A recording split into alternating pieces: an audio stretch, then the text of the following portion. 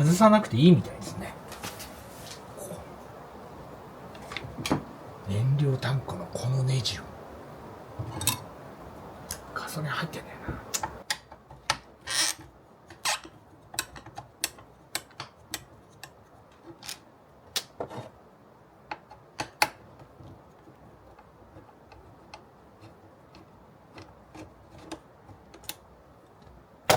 これでいいみたいですね。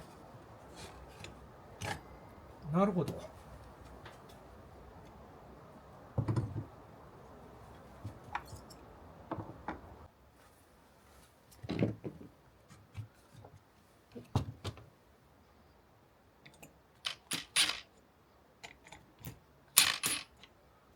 さすがインパクト。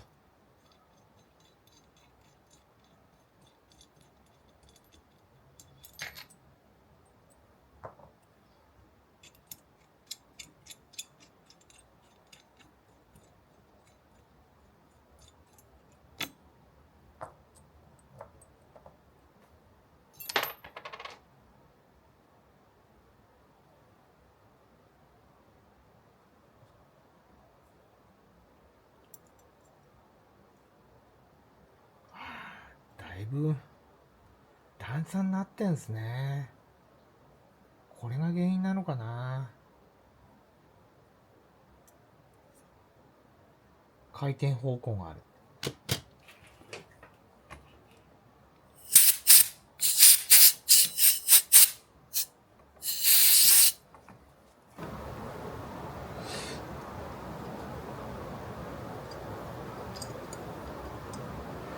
そんなに変わんないような気がするんですけどね。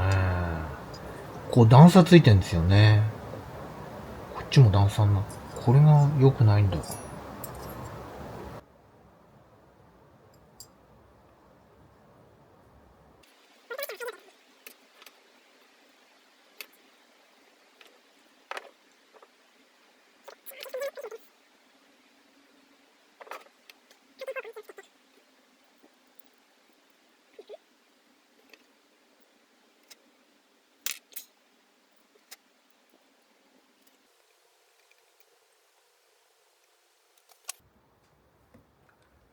とりあえずインパクトで締めてきました。これでいいのかな。これでちょっとやってみましょう。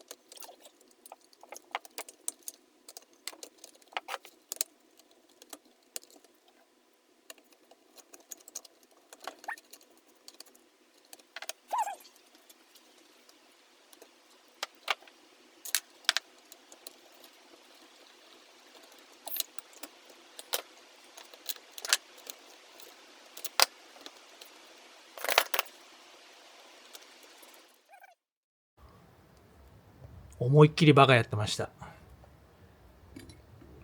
クラッチ、ボルトのワッシャーのスプリングとクラッチの間にここにワッシャーを入れないとダメだったんですね。俺こっちに一生懸命入れてたからうまくいかなかったんですね。スプリング、ワッシャー、クラッチ、ワッシャー、ボルトなんですね。よくわかりました。やっとわかりましたよ、もう。それでインパクトでも締めてもってことだったんだな。これで